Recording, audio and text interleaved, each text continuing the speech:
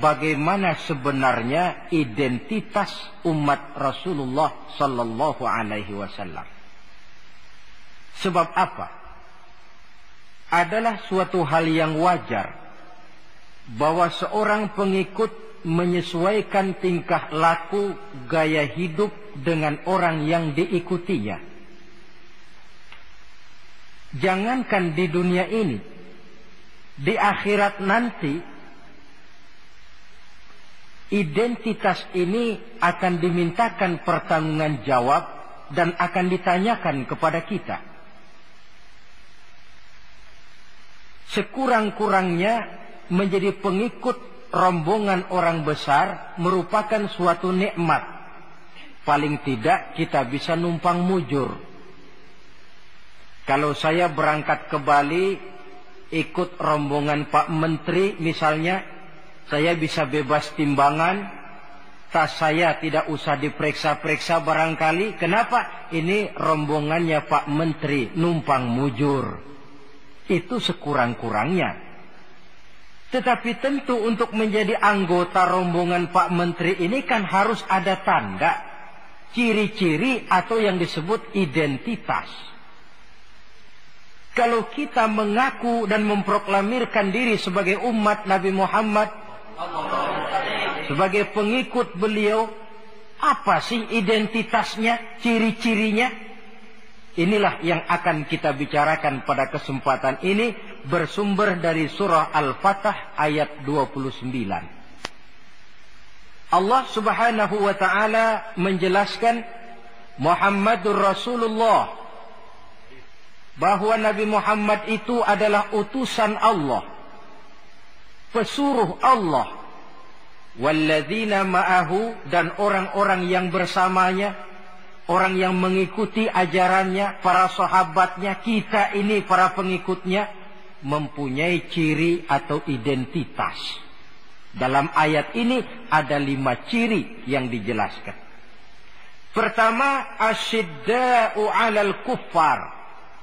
Pengikut Nabi Muhammad bersikap tegas kepada orang-orang kafir.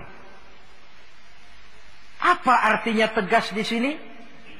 Saudara-saudara, tegas di sini artinya bukan main marah-marahan, tidak ngajak berkelahi, bukan juga menantang perang.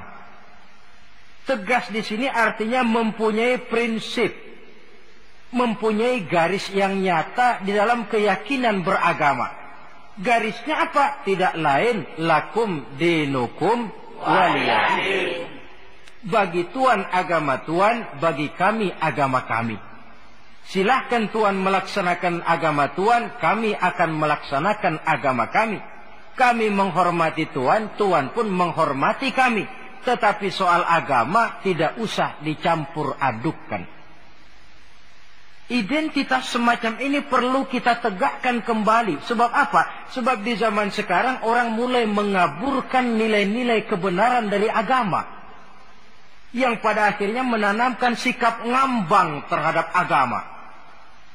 Misalnya kita ini dibuai dengan kalimat yang kelihatannya bagus tapi sebenarnya mengandung racun. Kata orang, jangan fanatik, semua agama kan bagus, semua agama benar, semua agama thayyib. Terus terang saja, saya bukan tidak setuju dengan kalimat itu. Saya beranggapan kalimat itu belum sempurna. Semua agama benar, jangan titik di situ, itu baru sekedar koma. Semua agama benar, koma, bagi penganutnya masing-masing, titik. Semua agama baik, koma, bagi penganutnya masing-masing, titik. Bagi kita yang muslim, yang benar, Islam. Dan seorang muslim yang berani membenarkan semua agama, seorang muslim yang berani berkata semua agama benar, sekurang-kurangnya munafik kalau tidak menjadi murtad. Wah Pak, itu namanya fanatik dong. Betul. Yang tidak boleh kan fanatik kepada suku, Yang tidak boleh kan fanatik kepada guru, tapi fanatik kepada agama dalam arti berpegang teguh kepada agama merupakan bagian daripada kehidupan beragama. Hanyalah kalau umat Islam ini fanatik dengan agamanya, dia akan konsekuen, baik melaksanakan, mengamalkan maupun mengembangkan agamanya. Saya cinta kepada suku saya, tapi tidak lalu fanatik. Cinta suku boleh, fanatik kepada suku salah. Cinta kepada guru bagus, fanatik kepada guru jelek. Cinta kepada agama bagus, fanatik kepada agama wajib. Hanya dengan fanatik kepada agama orang konsekuen. Yang jelek itu kan kalau sudah fanatisme kesukuan. Contoh, misalnya mentang-mentang orang Sunda, lalu ngomong, saya ogah dengerin ceramah. Kenapa? Ustadznya bukan orang Sunda sih.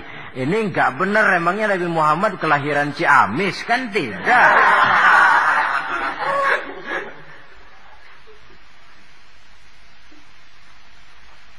Toleransi ada tempatnya. Tetapi tidak menyangkut masalah-masalah ritual. Tidak menyangkut masalah-masalah ibadah. Soal bikin jalan umum, mari bersama saudara-saudara kita yang lain agama. Membangun puskesmas, mari bersama-sama. Menjaga keamanan, mari sama-sama. Tapi kalau sudah menyangkut masalah ibadah, kembali kita kepada prinsip lakum dinukum waliyadin. Bagi Tuhan silakan melaksanakan agama Tuhan, kami pun akan melaksanakan agama kami. Silahkan menyebarkan agama, tetapi jangan kepada orang yang sudah beragama. Ini batas toleransi. Jangan menyebarkan agama kepada orang yang sudah beragama. Maka dalam sejarah sudah dibuktikan, alhamdulillah, kalau kita mau objektif menilai sejarah, ketoleransian umat Islam itu sudah dibuktikan oleh fakta sejarah. Tetapi tanpa harus mengorbankan nilai-nilai akidah, keyakinan-keyakinan yang harus kita jaga dan kita pertahankan. Taruhlah kita sekarang masih sanggup berkata dan berpendirian semacam itu. Anak kita, keturunan kita, generasi yang akan datang, jikalau ditanamkan rasa ngambang terhadap agama, lambat laun akan makin tipis nilai-nilai religius itu melekat di dalam jiwanya. Dan akibatnya akan rawan. Kemajuan macam apapun, modernisasi macam apapun, kalau sudah terlepas dari kaitan kehidupan beragama, tidak akan banyak menolong untuk mensejahterakan umat manusia. Asyidda'u 'alal kuffar, bersikap tegas kepada orang-orang kafir. Ini sikap yang pertama. Identitas yang pertama. Yang kedua, ruhama'u bainahum. Kasih sayang kepada sesama mereka. Kalau kepada orang kafir tegasnya bukan main, tapi kembali ke dalam, kembali kepada sesama muslim, kasih sayang setengah mati. Saling asa, saling asih, saling asuh. Saling mengalah buat kepentingan yang lain. Ini sudah dicontohkan dalam sejarah ketika Rasulullah dan para sahabat hijrah ke Madinah. Orang Madinah yang menyambut kedatangan orang Mekah itu kan disebut Ansor. Betul apa betul? Lah orang Mekah ini yang hijrah ke Madinah disebut kaum Muhajirin. Apa orang Madinah menyambut kedatangan orang Mekah itu mentang-mentang orang asli Madinah lalu tolak pinggang? Kamu kemari pendatang ya, awas jangan bertingkah. Tidak. Masing-masing malah mencari saudara. Karena apa? Persaudaraan dalam Islam diikat dengan akidah. Artinya ini dari manapun orang datang, apapun warna kulitnya, bahasa apapun yang dia pakai, jikalau akidahnya sama, dia saudara kita. Hadirin, terus terang saja ya. Banyak orang-orang yang tidak senang kalau melihat umat Islam sampai bersatu.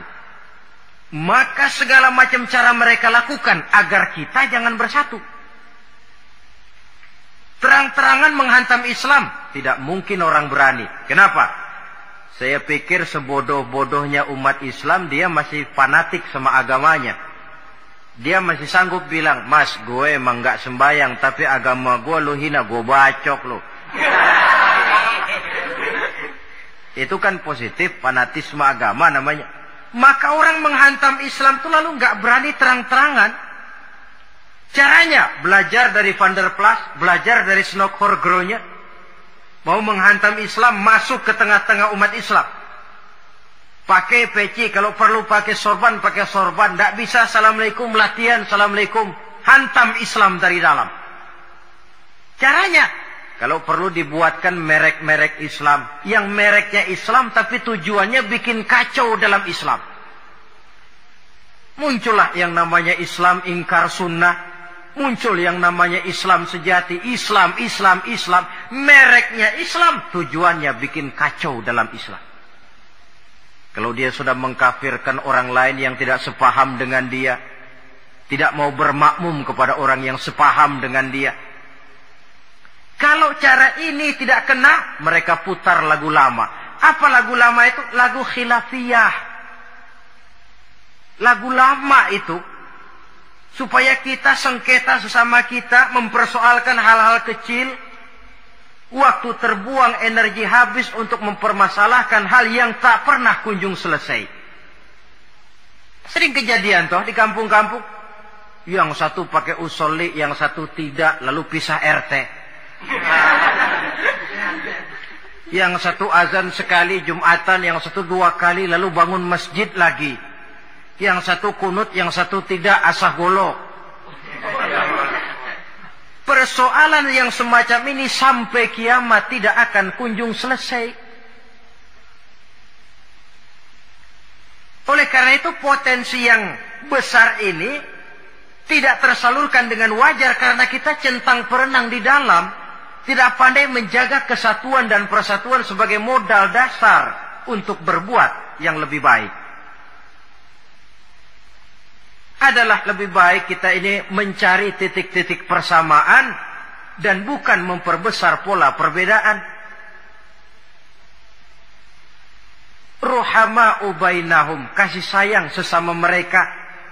Imam Ghazali memberikan contoh kun kal yadain wala takun kal uzunain. Hai umat Islam, hiduplah kamu seperti 2 tangan. Saling asah, saling asih, saling asuh, saling mengalah buat kepentingan yang lain. Coba lihat 2 tangan kita, rukunnya bukan main. Kalau tangan kanan maju ke depan, kata yang kiri, oke, saya mengalah. Dia mundur ke belakang. Kiri di depan, kata kanan, sekarang giliran saya ngalah. Dia mundur ke belakang. Akhirnya kita jalan lenggang. Enak nggak dilihat orang? Coba kalau nggak ada yang mau ngalah. Tangan kanan ke depan, kata yang kiri, gue juga bisa. Dia ke depan lagi. Pan kayak robot kita jalan. Lalu mekanisme kerjanya. Tangan kanan kerjanya bagus-bagus toh. Salaman tangan kanan, tanda tangan tangan kanan, hitung duit tangan kanan, ambil kue tangan kanan. Kiri nggak pernah protes, tahu posisi. Memang tugas saya bidang pembersihan. Ya pembersihan saja dilakoni. Artinya apa ini? Yang satu dengan yang lain saling memperkuat walaupun komposisinya berbeda. Dicontohkan dalam perjalanan kehidupan sahabat Nabi. Sahabat Nabi yang paling terkenal itu 4 orang. Sayyidina Abu Bakar, Sayyidina Umar bin Khattab, Sayyidina Utsman bin Affan, Sayyidina Ali bin Abi Thalib. 4 sahabat ini kalau kita lihat komposisinya, keahliannya lain-lain. Coba, ada Sayyidina Abu Bakar. Ini sahabat merangkap mertua. Kalau bahasa sekarang Abu Bakar ini disebut kiai diplomat. Kiai karena beliau orang alim, diplomat karena pandai bersiasat, ahli politik. Kemampuan berpolitiknya digunakan buat kepentingan agama. Sebab siapapun yang berpolitik untuk kepentingan agama, tentu kita doakan. Tetapi siapapun yang jual agama untuk kepentingan politik, kita juga berdoa. Cuma tentu doanya lain dengan yang berpolitik buat agama tadi. Saudara hadirin yang saya hormati. Ada Umar bin Khattab. Ini kalau bahasa sekarang disebut imam jenderal ini. Imam tapi jenderal, jenderal tapi imam. Kenapa imam? Karena dia mampu memimpin jamaah di masjid. Kenapa jenderal? Karena dia sanggup memimpin tentara di medan perang. Kegagahannya, keberaniannya, keperkasaannya digunakan membantu perjuangan Rasul. Ada Utsman bin Affan, santri ekonom. Kenapa santri? Karena dia orang kaya. Kenapa ekonom? Karena dia pengusaha bergerak di bidang bisnis. Keuntungan usahanya untuk membantu perjuangan Rasul. Ada Ali bin Abi Thalib, tokoh muda tapi intelek. Masih muda tapi rela mengorbankan nyawa demi keselamatan Rasul di malam hijrahnya. Alangkah nikmatnya umat Islam ini kalau punya kiai diplomat, imam jenderal, santri ekonom, pemuda intelek, yang masing-masing bekerja sama menunjang untuk kepentingan agama. Ruhama ubainahum, kasih sayang di antara sesama mereka. Mobil, kenal mobil enggak? Mobil itu baru bisa jalan dengan baik kalau seluruh onderdilnya kompak. Kalau yang satu sudah merasa dirinya lebih penting dari yang lain, alamat mobil udah dekat mogok. Misalnya yang jadi bensin nyombong. Kalau enggak lantaran saya enggak bakalan jalan nih mobil. Bannya denger, sombong. Kata ban, sombong kamu bensin. Apa kamu kira kamu saja yang penting? Saya tersinggung, kata ban, lalu kempes. Kira-kira kalau ban kempes jalan enggak mobil? Begitulah umat ini. Kayak satu bangunan. Ada yang jadi jendela, pintu, tiang, genteng dan sebagainya. Tetapi satu sama lain hendaknya saling memperkuat. Kalau tidak, kita ini pernah diramalkan oleh Nabi. Yushiku an tada'a alaikumul umam kama tada'al akalatu ala qas'atiha. Satu saat akan datang di tengah-tengah kamu di mana keadaanmu waktu itu seperti makanan di meja makan. Coba bayangkan, menurut Rasul satu saat kondisi umat Islam akan seperti makanan di atas meja. Yang barat mau makan, yang timur mau santap, yang selatan mau ganyang, yang utara mau injak-injak. Satu saat kondisi umat Islam akan seperti itu. Heran sahabat, ya Rasulullah, kok kita bisa dikepung begitu rupa? Iya. Apa pada waktu itu jumlah kami sedikit, ya Rasulullah? Tidak, kata Rasul. Bal antum yauma idzin katsir. Jumlahmu pada waktu itu banyak, besar, kamu mayoritas. Cuma sayang, kata Nabi, walakinnakum ghusaa'un ka ghusaa'is sail. Tetapi keadaanmu waktu itu seperti busa di lautan. Banyak tapi centang perenang. Banyak tapi tidak punya daya dan kekuatan. Dipermainkan gelombang lautan, dihempaskan ke tepian pantai tanpa punya makna dan arti. Mayoritas tapi nasibnya ironi. Lantaran apa ini? Kita tidak pandai menjaga kesatuan dan persatuan. Prinsip ruhama ubainahum, kasih sayang di antara sesama mereka, belum bisa kita wujudkan. Oleh karena itu, hadirin yang saya hormati, identitas yang kedua ini mari kita tegakkan, menggalang kesatuan dan persatuan untuk kejayaan agama yang kita cintai. Soal posisi silahkan berbeda, soal profesi silahkan berbeda, tetapi hendaknya perbedaan ini tidak menyebabkan persimpangan tujuan. Satu sama lain saling memperkuat. Identitas yang kedua, bahwa kita sudah diikat dengan akidah, tidak oleh ras, warna kulit, suku, bahasa, oleh akidah. Satu kali orang sudah syahadat, dia adalah saudara kita. Sudah lewat masanya di mana kita umat Islam ini dikotak-kotakan, dan sudah datang waktunya di mana kita bersatu, saling menunjang, saling membantu, sehingga dengan demikian terwujudlah satu masyarakat yang diikat dengan nilai-nilai akidah. Ini yang kedua, kasih sayang kepada sesama muslim. Satu badan itu kalau yang satu sakit, yang lain kan akan ikut merasa sakit. Saudara jalan tengah malam, ibu jari tersandung batu, beletak. Begitu ibu jari tersandung batu, kontan, darah keluar. Mulut bilang aduh, kepala ikut pusing. Enggak pakai diundang. Solidaritas sosial yang terjadi secara reflektif. Tidak ada ibu jari tersandung, mulutnya malah ngomel. Rasain lo. Masa nyumpain badan sendiri? Kan tidak mungkin. Tapi ini yang terjadi, kita lihat. Akibat apa? Tidak terwujudnya solidaritas sosial yang bersifat refleksif tadi. Nah, inilah saudara-saudara identitas yang kedua. Yang ketiga sekarang, pengikut Nabi Muhammad sallallahu alaihi wasallam itu cirinya yang ketiga, tarahum ruk'an sujjada. Engkau lihat mereka ruku dan sujud, mendirikan solat. Ini identitas, ciri. Di akhirat nanti akan diperiksa dengan seadil-adilnya. Siapa? Saya, Pak. Saya siapa? Pengikut Nabi Muhammad. Betul? Betul. Baik. Pengikut Nabi Muhammad itu tandanya ruka'an sujada, ruku dan sujud. Sampean ngaku umat Nabi Muhammad, sujud? Pernah sembahyang? Sembahyang juga, Pak. Berapa kali? Gak banyak-banyak, Pak. Setahun 2 kali. Kapan itu? Idul Fitri sama Idul Adha. Kata petugas, syarat kurang. Minggir.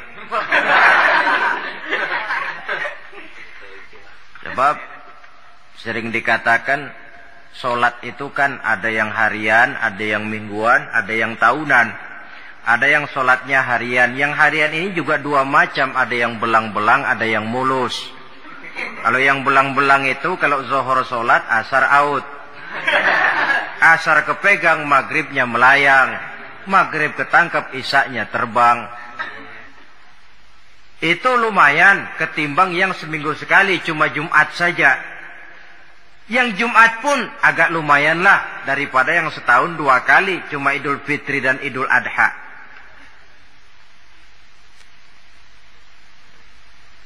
Tetapi bagaimanapun juga sholat ini memang merupakan keperluan dalam kehidupan kita. Ciri identitas yang memperkaya kepribadian. Pengikut Nabi orangnya ruku dan sujud. Sehingga di zaman sahabat tadi kondisi mereka digambarkan kalau siang seperti kuda perang, tetapi kalau malam seperti pendeta. Maksudnya apa? Di medan perang mereka gagah. Tapi kalau sudah ruku dan sujud, bukan main khusyuknya. Ruku dan sujud. Dengan kata lain, ciri pengikut Nabi Muhammad orangnya mendirikan sholat. Nah, masalahnya sekarang apa perlunya sholat dalam kehidupan kita? Yang jelas dia untuk menggembirakan Allah kok. Se-ASEAN orang tidak ada yang sholat, Allah tidak akan berhenti jadi Tuhan. Manfaatnya akan kembali kepada kehidupan. Nah, apa perlunya sholat dalam kehidupan kita? Ada beberapa hal yang bisa kita angkat ke permukaan tentang perlunya sholat ini. Jadi sholat itu perlunya kita. Sehingga suatu saat nanti kita tidak lagi berkata saya wajib sholat. Tapi kita akan berkata saya perlu sholat. Apa perlunya sholat dalam kehidupan kita? Pertama, sholat itu membuat orang rendah hati. Tidak melonjak menjadi angkuh dan sombong. Yang kedua, sholat itu membuat orang tahu diri. Yang ketiga, sholat itu mendatangkan ketenangan jiwa dan ketentraman batin. Lantaran orang punya sandaran vertikal kepada Allah. Sehingga agama menekankan benar ini. Bukan cuma untuk kita, tapi juga anak kita, keturunan kita. Sehingga Nabi mengajarkan, ajari, didik anak-anakmu sholat pada umur 7 tahun. Kalau umur 10 tahun mereka sudah berani meninggalkan sholat, pukul. Bukan dengan tujuan menyakiti, tapi mendidik anak supaya disiplin dengan sholatnya. Kayaknya kita yang hidup di zaman serba modern ini, soal anak mau sholat atau tidak, kayaknya orang tua itu, kalau istilah anak sekarang, cuek-cuek aja. Jarang yang mengadakan inspeksi, pengecekan anaknya sudah sholat apa belum, lalu sholatnya disiplin apa tidak. Jarang yang memberikan sugesti dan rangsangan supaya anaknya mendirikan sholat. Saya jarang mendengar orang tua muslim yang berkata, nak, kalau kau hafal Fatihah dengan artinya bapak beliin sepatu baru. Nak, kalau kau hafal juz amma, bapak beliin sepeda. Sugesti untuk hal-hal yang bersifat agama sangat langka.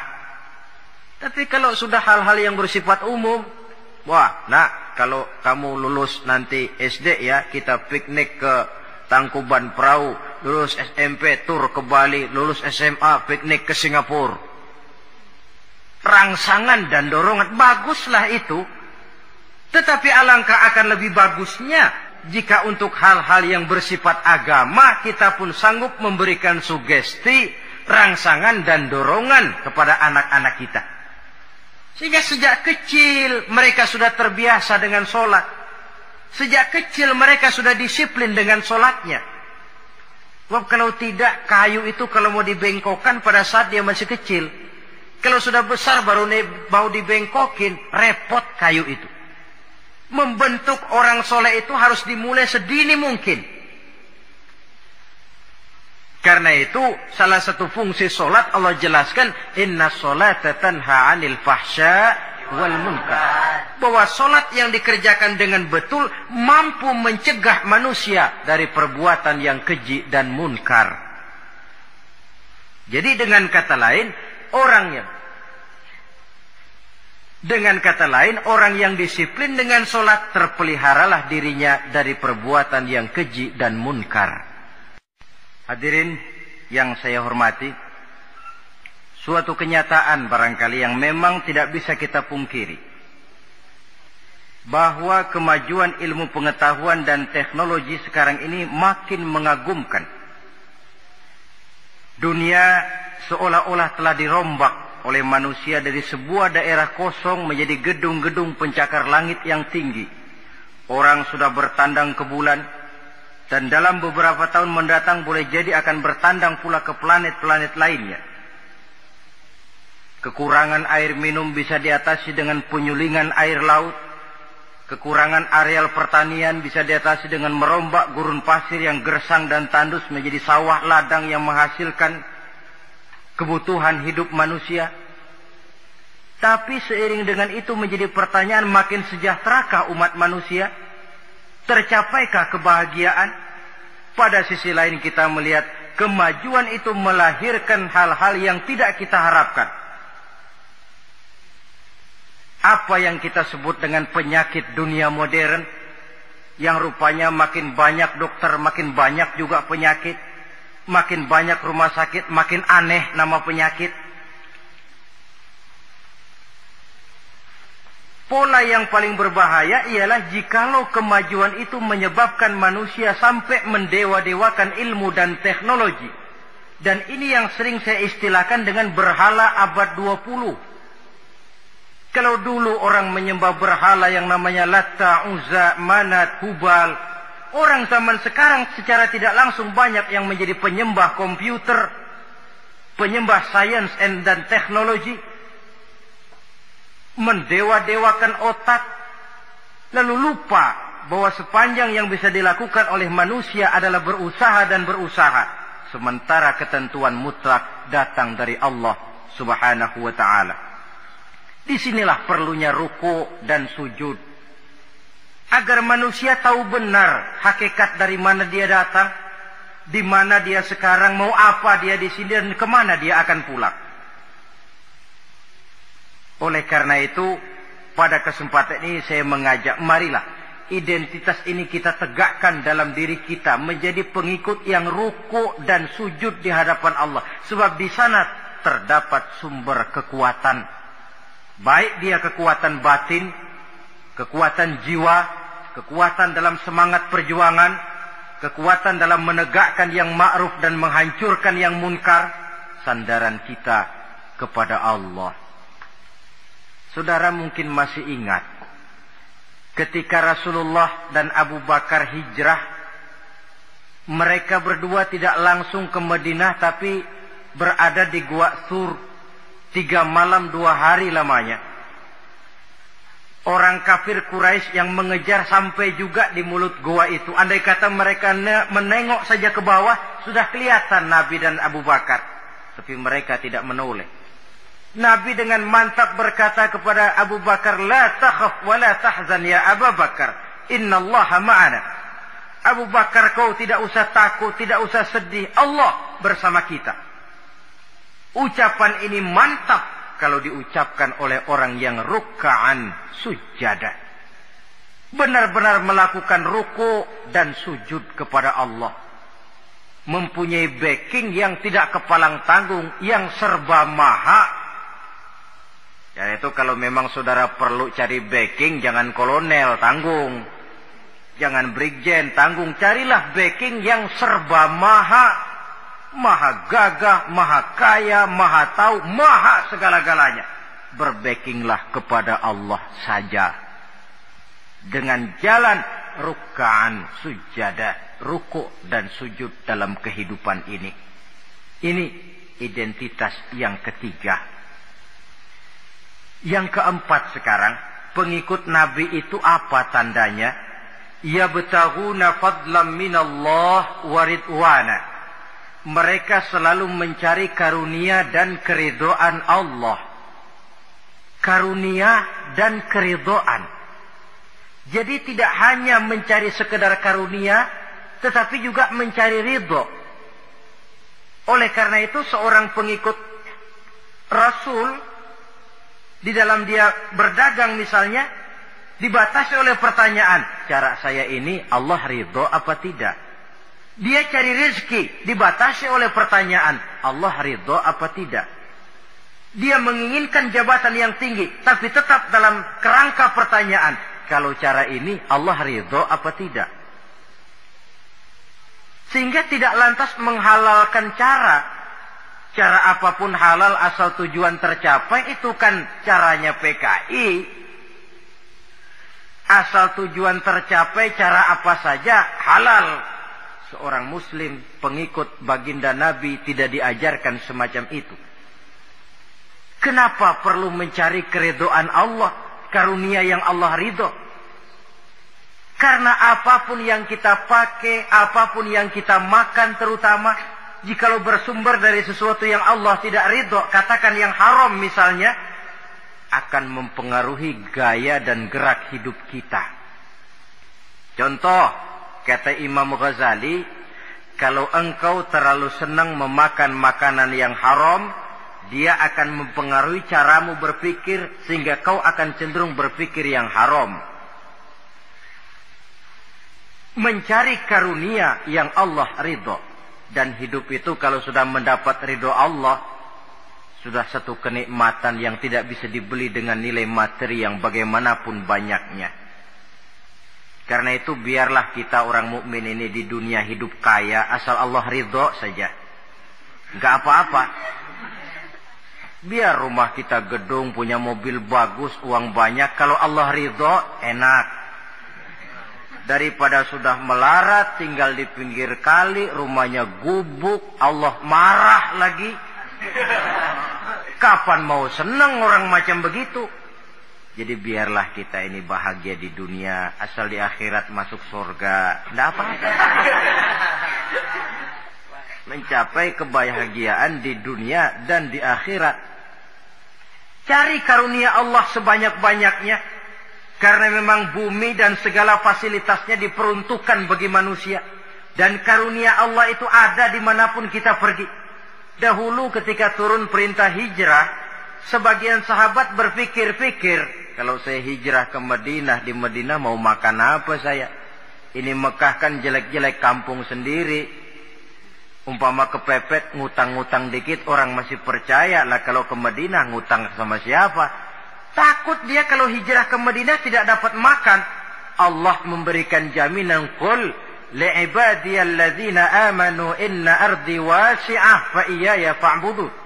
Katakan kepada mereka Muhammad, hai hamba-hambaku yang beriman, bumiku ini luas.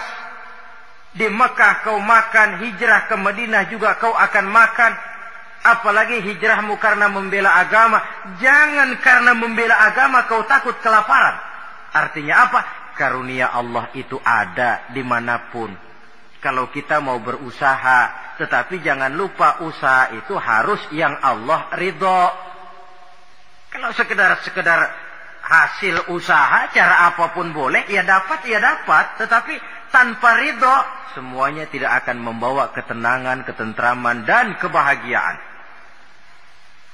Allah itu kan maha pengasih, tidak pilih kasih katanya. Artinya apa? Semuanya Allah kasih. Orang kalau mau berusaha, dapat.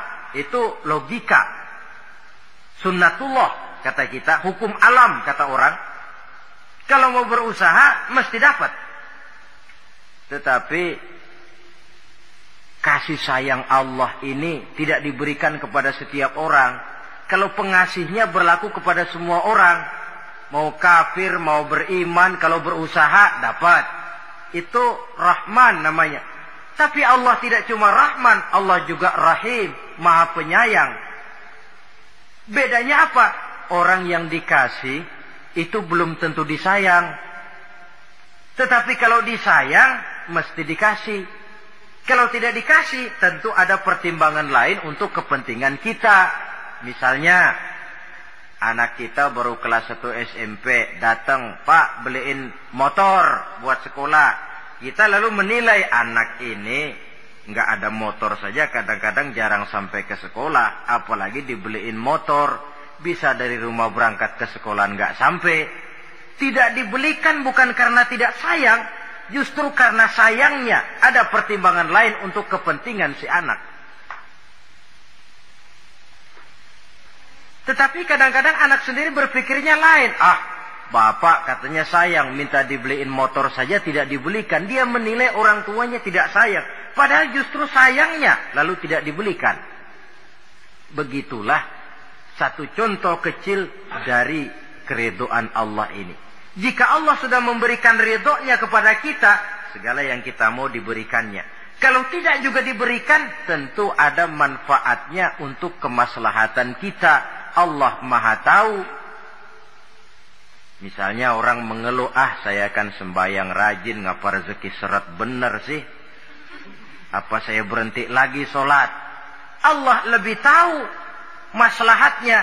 Barangkali potongan kayak kita ini kalau diberikan rezeki banyak sedikit, lalu berhenti ke masjid. Rezeki lu segini aja dah, lu jadi rajin ke masjid. Ada manfaatnya buat kepentingan kita. Mencari karunia yang Allah ridho. Dalam alam yang terbentang luas ini, karunia Allah terhampar luas. Tinggal kita mencari. Dan untuk mencari itu diperlukan keahlian. Keahlian hanya timbul karena pendidikan. Makin ke depan persaingan hidup makin tajam tanpa membekali diri. Terutama generasi kita yang akan datang, anak-anak kita. Boleh jadi mereka akan tersudut ke pojok-pojok kehidupan. Untuk kemudian lebih banyak jadi penonton daripada sekedar pemain. Dan kerugian akan kembali kepada kita. Karena itu cari karunia Allah sebanyak-banyaknya, tapi dengan garis bawah yang Allah ridho. Sekali lagi, carilah karunia Allah sebanyak-banyaknya dalam kehidupan ini, tetapi dengan menggarisbawahi yang Allah ridho. Inilah identitas yang keempat. Yang kelima sekarang, identitas yang terakhir, simahum fi wujuhihim min atharis sujud. Di muka mereka ada tanda bekas sujud. Ini pengikut Rasulullah sallallahu alaihi wasallam. Bekas sujud, iya. Apa bekas sujud itu? Apa jidatnya hitam kebanyakan sujud? Mungkin. Karena rajin sujud lalu berbekas. Boleh jadi. Tapi soal hitam di jidat sih gampang digosok-gosok. Yang terpenting atharus sujud di sini dalam bentuk sikap mental. Apa sikap mental yang saya maksud? Orang yang rajin sujud itu lalu membekas dalam kehidupannya pengaruh sujud. Apa pengaruh sujud?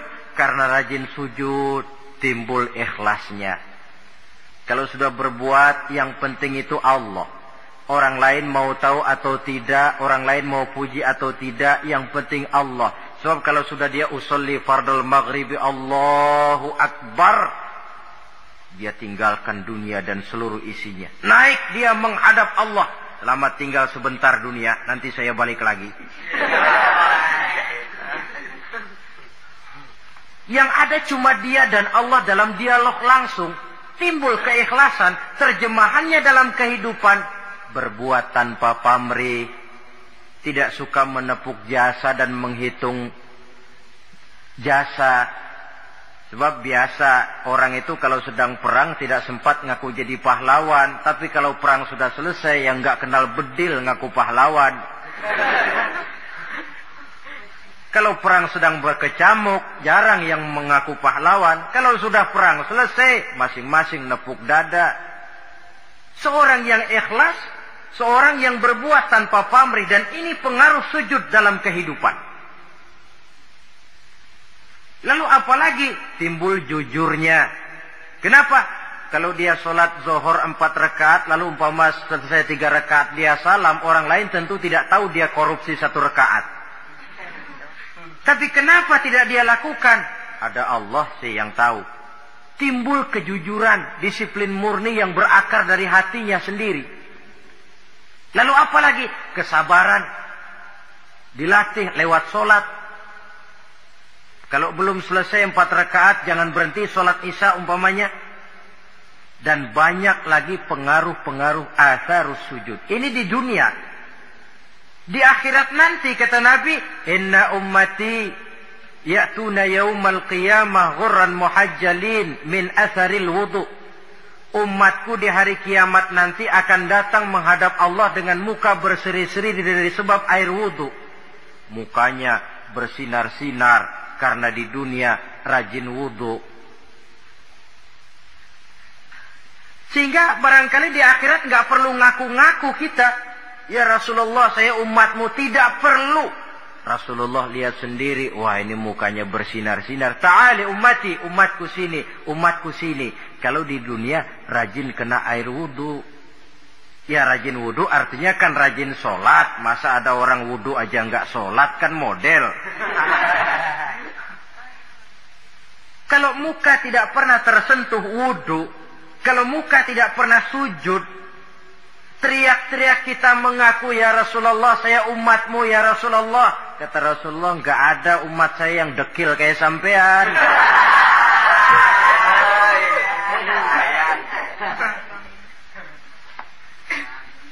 Itulah sebabnya pada kesempatan ini saya mengajak, mari membiasakan diri berwudu. Tidak cuma untuk sholat. Saudara mau berangkat ke kantor, wudu dulu, bagus. Saudara mau pergi berdagang, wudu dulu, cakep. Saudara mau pergi kuliah, mau pergi sekolah, wudu dulu, bagus. Di samping kebersihan jasmani, juga kebersihan rohani. Tengok saja. Kalau kita membasuh tangan pada saat wudu mulai, Allahumma inni as'alukal yumna wal barakah, wa a'udzubika minasyu'mi wal halakah. Itu kan yang kita baca? Ya Allah, saya mohon keberkahan di 2 tangan ini. Supaya tangan ini kalau dibawa dagang untung. Dibawa menanam lalu panen. Dibawa berusaha menghasilkan rezeki. Dan saya berlindung kepadamu ya Allah. Jangan sampai tangan ini membawa kesialan dan kecelakaan. Berlindung kepada Allah jangan sampai jadi punya tangan sial. Dipakai dagang rugi. Dipakai nanam pohonan mati. Dipakai mukul orang. Tangan sial. Dari itu saja sudah memberikan sugesti untuk rohani kita. kebersihan jasmani, kebersihan rohani terpelihara karena wudu. Jadi asarus sujud, pengaruh sujud membekas di dalam kehidupan.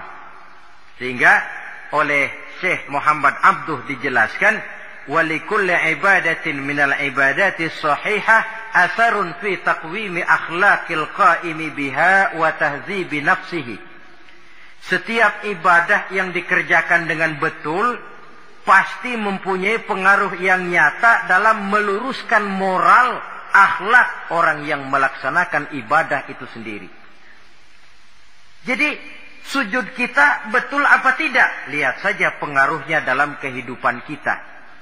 Salat kita sudah betul apa tidak? Lihat saja pengaruhnya dalam kehidupan kita. Kalau sujud ya sujud, tapi judi jalan juga, nah, sujudnya belum betul. Waktunya sholat, ya sholat. Waktunya mabuk, mabuk. Sholatnya belum betul. Waktunya ruku, ya ruku. Giliran nyolong, nyolong. Sholatnya belum betul. Sebab sholat yang dikerjakan dengan betul, sujud yang dikerjakan yang punya pengaruh nyata dalam kehidupan, kelihatan bekasnya dari tingkah laku dan gerak kita di dalam menelusuri kegiatan hidup ini. Maaf, dengan sedikit pahit barangkali kita memang harus berkata, masih banyak di antara kita umat Islam ini yang melaksanakan ibadah hanya dengan prinsip asal sekedar gugur kewajiban. Perkara ada pengaruhnya atau tidak dalam diri kita, kita malas untuk mengadakan evaluasi. Akibatnya, ibadah yang kita kerjakan tidak mempunyai pengaruh dalam membentuk kepribadian kita. Orang yang mengucapkan syahadat ada pengaruh dalam jiwanya. Orang yang mendirikan sholat ada pengaruh dalam membentuk kepribadiannya. Orang yang melaksanakan puasa ada pengaruh dalam perkembangan jiwanya. Orang yang mengeluarkan zakat ada pengaruhnya dalam mengelola hartanya. Orang yang melaksanakan ibadah haji ada perubahan dalam kegiatan hidupnya. Dari yang negatif kepada yang positif tentunya. Simahum fi wujuhihim min athari sujud. Di muka mereka, di muka pengikut Rasulullah ini ada tanda pengaruh bekas sujud. Karena rajinnya dia melaksanakan sujud di dalam kehidupan ini. Nampak pengaruh yang nyata di dalam kehidupannya, dalam gerak dan tingkah lakunya.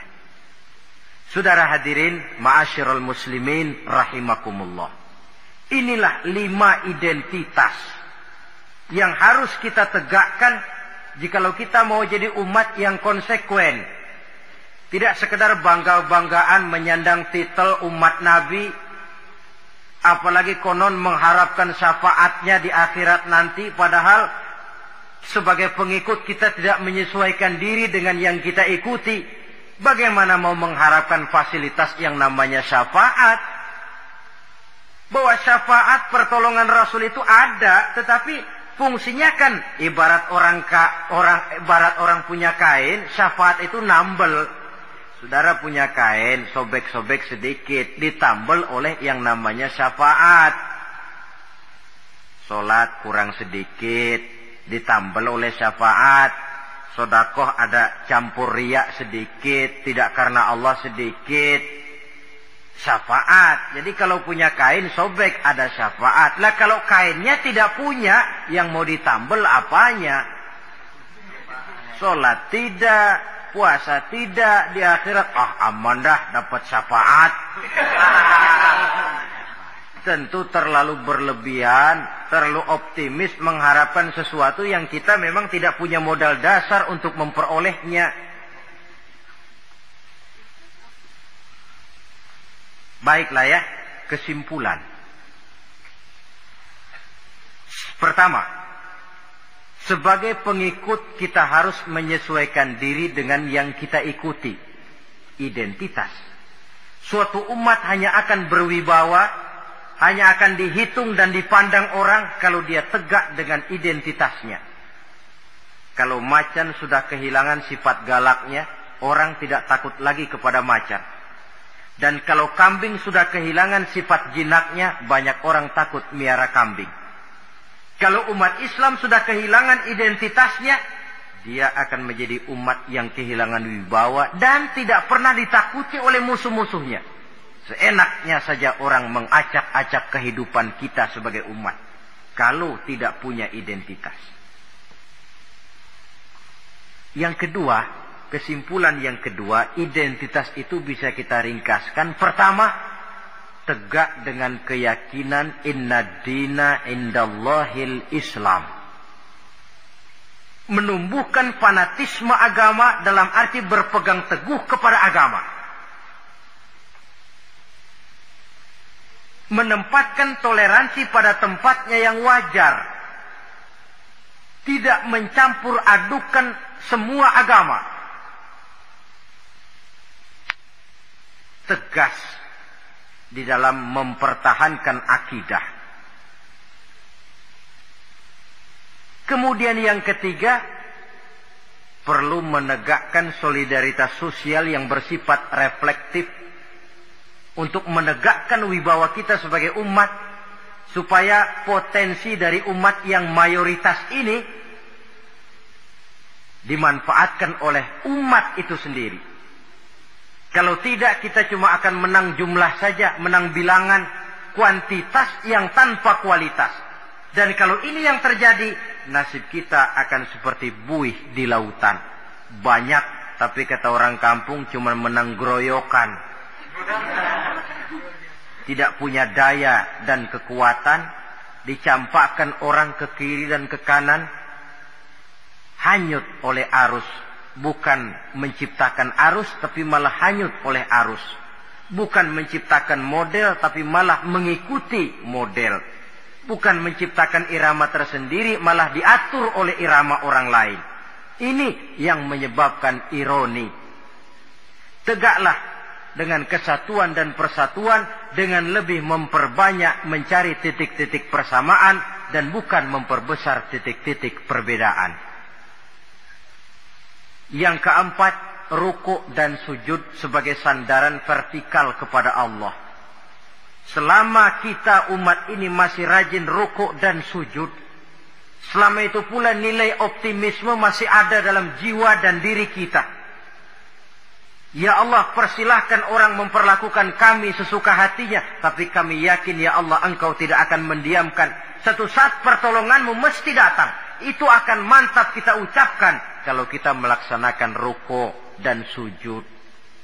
Tapi kalau kita sendiri jauh dari Allah, malapetaka makin datang berlipat ganda. Sudah orang meremehkan kita, yang kita harapkan menolong kita pun pada akhirnya malah menginjak-ninjak. Sudah jatuh tertimpa tangga. Jatuhnya sakit, ketimpa tangga lagi. Musibah yang beruntun. Rukuk dan sujud sebagai sandaran vertikal. Yang kelima, karunia Allah dan keredoan Allah jangan dipisah. Cari karunia sebanyak-banyaknya, tetapi dalam batas-batas yang diridhoi Allah. Sebab kalau tidak, karunia itu akan makin membuat kita jauh dari Allah. Ilmu karunia itu. Tapi kalau tidak diridhoi Allah, Nabi ingatkan, man izdada ilman wa lam yazdad huda, lam yazdad minallahi illa bu'da. Orang yang bertambah ilmu tapi tidak bertambah hidayah, dia hanya akan semakin jauh dari Allah. Jauh dari Allah menimbulkan kegersangan dalam jiwa, kepanasan dalam hati, sehingga jauhlah kita dari ketenangan hidup. Karunia yang Allah ridho. Dan Islam melarang umatnya untuk berpangku tangan menunggu keajaiban dari langit. Berusaha, berikhtiar, berdoa, lalu bertawakal kepadanya. Yang terakhir, hendaknya ibadah yang kita kerjakan dievaluir, ditinjau kembali. Apa pengaruhnya dalam kehidupan kita? Sebab setelah selesai melaksanakan suatu ibadah, hendaknya nilai ajaran yang terkandung dalam ibadah itu bisa kita terjemahkan dalam kehidupan kita. Sehingga gerak kita dalam sholat dengan tingkah laku kita di luar sholat ada kesinambungan. Gerak kita di dalam bulan Ramadan dengan tingkah laku kita di luar Ramadan ada kesinambungan. Namanya ibadah yang kita kerjakan ada pengaruhnya dalam memperbaiki kehidupan kita. Dengan satu prinsip, ibadah itu kita kerjakan adalah kemanfaatannya kembali kepada kehidupan kita. Saudara hadirin yang saya hormati, inilah pembicaraan kita pada pertemuan kita kali ini. Dengan harapan tentunya dalam memperingati Maulid kita tidak hanya sekedar melakukan satu tradisi, tidak hanya sekedar hura-hura, tidak hanya sekedar ikut-ikutan. Sebab bagaimanapun peringatan semacam ini bukan tujuan.